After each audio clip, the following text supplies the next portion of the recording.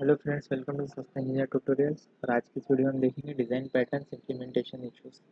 तो सबसे पहले जो पैटर्न्स के एलिमेंट्स रहते हैं तो वो 5 एलिमेंट्स को देख लेते हैं।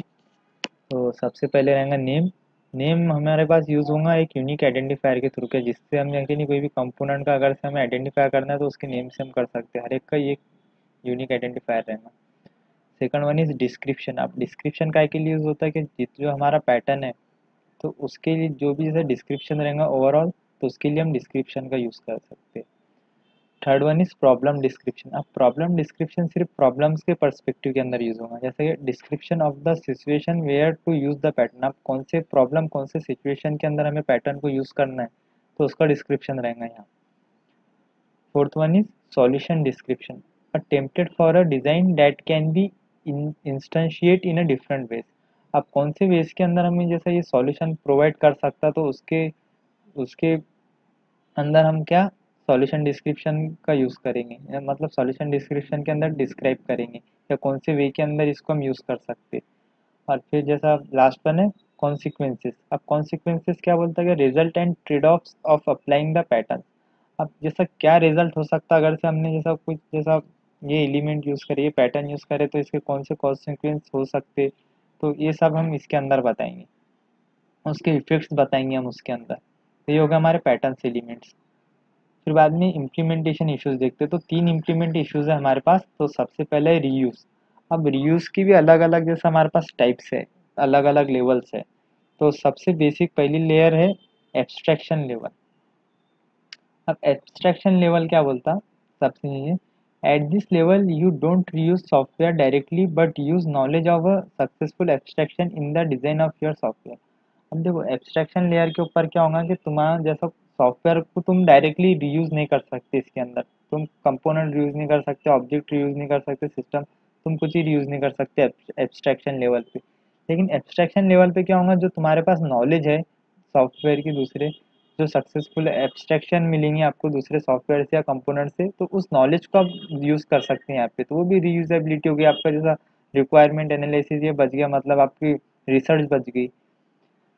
Second one is the object level. अब ऑब्जेक्ट लेवल पे क्या होगा, at this level you directly reuse objects from a library rather than writing the code yourself.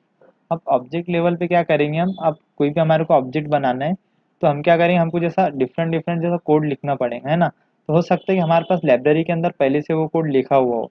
जैसा लाइब्रेरीज रहती है, आपने प्रोग्रामिंग लैंग्वेजेस देखी होंगी, तो हर प्रोग्रामिंग लैंग्वेज की लाइब्रेरी रहती है, पहले से प्री डिफाइंड फंक्शंस रहते। तो हम उस प्री डिफाइंड फंक्शन जब हमारे पास है तो हम उसका यूज़ कर सक वो उसका यूज़ करते लाइब्रेरी से लेके। चाहे तो हम खुद भी लिख सकते हैं, लेकिन हम यूज़ करते हैं पहले से प्री डिफाइन है तो इसी तरह से यहाँ पे भी कि हम लाइब्रेरी से यूज़ करेंगे, लाइब्रेरी रहेंगी, लाइब्रेरी से यूज़ करेंगे रेदर देन राइटिंग कोड, खुद से कोड लिखने के बदले।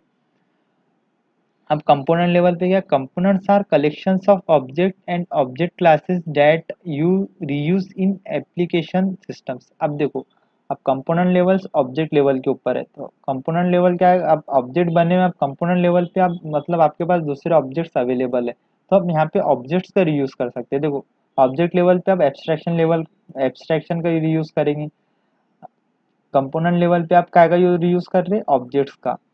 ठीक है, तो कलेक्शन ऑफ ऑब्जेक्ट्स है और ऑब्जेक्ट क्लासेस है, तो अगर से हमारा जो सिस्टम है उसके अंदर अगर से कोई ऐसा है स्पेसिफिक ऑब्जेक्ट हम उसका रीयूज कर सकते, उसका यूज कर सकते, तो हम डायरेक्टली उसका यूज करेंगे। Last one is the system level. At this level you reuse entire application system. अब इसके अंदर हम इंटायर एप्लीकेशन सिस्टम भी रीयूज कर सकते हैं, क्योंकि हमारा जो एप्लीकेशन बनता है सिस्टम, वो बनता है कंपोनेंट से। तो हम जब कंपोनेंट का रीयूज कर सकते हैं इस लेवल के ऊपर, तो हम फिर जैसा मल्टीपल कंपोनेंट्स का रीयूज करके भी एक सिस्टम बना सकते हैं। तो हम इंटायर एप्लीकेशन का भी पूरा सिस्टम यूज करके रीयूजेबिलिटी को अचीव कर सकते हैं।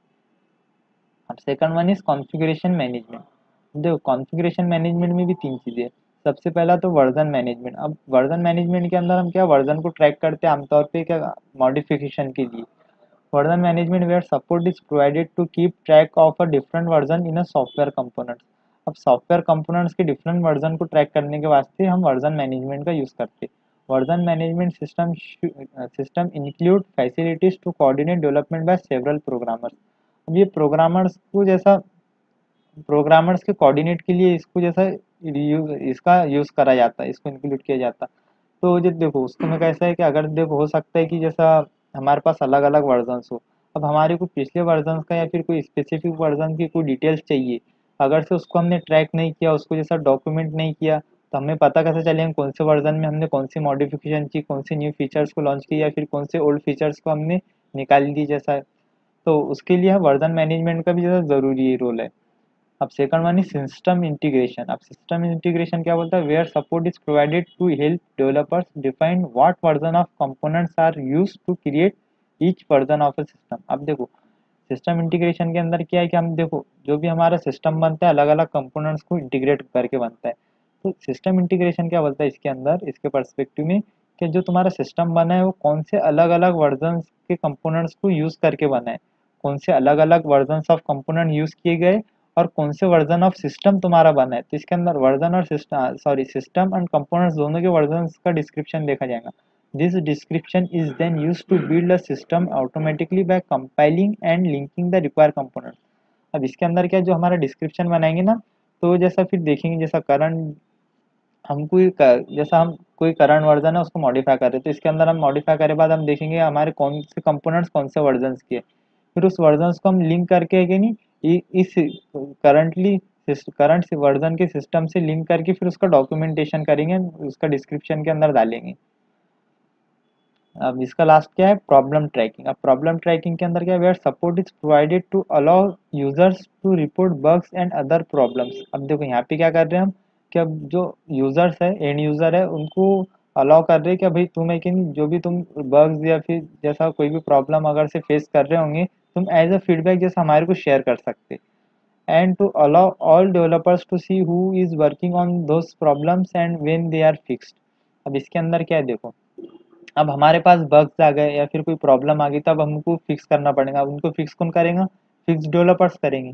तो अब डेवलपर्स तो एक सिंगल नहीं रहेंगे, मल्टीपल डेवलपर्स रहेंगे। तो इसके अंदर हमको क्या है कि भाई प्रॉब्लम को भी ट्रैक करना पड़ेगा, भाई प्रॉब्लम कौन सी है वो तो मिल गई हमारे को चलो एंड यूजर से, लेकिन उस प्रॉब्लम को सॉल्व करने के लिए वर्क कौन कर रहा, कौन सा डेवलपर उसके ऊपर असाइन है, और वो कब तक हो जाएंगे, उसकी डेडलाइन क्या है कि नहीं। हो सकता है कि जैसा वो जो बग आया स्पेसिफिक बग, उसके वजह से कोई दूसरा कंपोनेंट या फिर दूसरी मॉडिफिकेशन ना हो रही हो, उसके वजह से रुका हो वो वेटिंग में। तो इसके वजह से उसकी टाइमलाइन सॉरी उसकी डेडलाइन और वो कौन सा डेवलपर उसके ऊपर असाइन है, तो ये भी जैसा हमारे पास मैनेज करना ज़रूरी है। अब third one is host target development. अब देखो होस्ट टारगेट डेवलपमेंट में क्या है, most software is develop on one computer but runs on a separate machines. अब देखो अब क्या होता है, हर बार तो हम जैसा जिस सिस्टम के ऊपर हम जैसा जिस कंप्यूटर के ऊपर हम सॉफ्टवेयर को डेवलप कर रहे हैं, हमारे सिस्टम को डेवलप कर रहे, तो ऐसा ज़रूरी तो नहीं कि हम उसी सिस्टम के लिए कर रहे। ऐसा ऐसा होता है कि जो हम जिस कंप्यूटर के ऊपर हमारा सॉफ्टवेयर को डेवलप कर रहे हैं, एग्जीक्यूट हम दूसरे सिस्टम पे ऊपर करते हैं, दूसरे कंप्यूटर के ऊपर करते हैं। तो जिसके ऊपर हम डेवलप कर रहे हैं उसको होस्ट बोलेंगे, क्योंकि वहाँ पे उसके इन्वायरमेंट के अंदर हम सॉफ्टवेयर को डेवलप कर रहे हैं, हमारे सिस्टम को डेवलप कर रहे हैं। और जहाँ पे हम रन करेंगे उसको क्या बोलेंगे, टारगेट मशीन, टारगेट।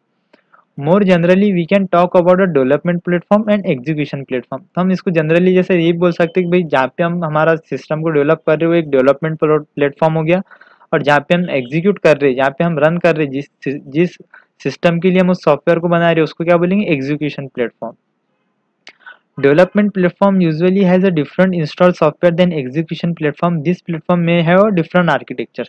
अब देखो इसके अंदर भी एक प्रॉब्लम क्या थी, क्या हम जैसा अब अलग अलग सिस्टम्स के ऊपर जैसा वर्क कर रहे हैं, यहाँ पे डेवलप एक सिस्टम पे कर रहे हैं और एग्जीक्यूट अलग सिस्टम पे कर रहे हैं। अब डेवलप आपने जिस सिस्टम पे करे, हो सकता है कि उसके अंदर जो सॉफ्टवेयर इंस्टॉल हो, ऑपरेटिंग सिस्टम इंस्टॉल हो, वो दूसरा हो। जैसा कि हमने जहाँ पे सॉफ्टवेयर को डेवलप करे वो लिनक्स के ऊपर डेवलप करे, लेकिन एग्जीक्यूट हमें जहाँ पे करना है वो विंडोज़ का है।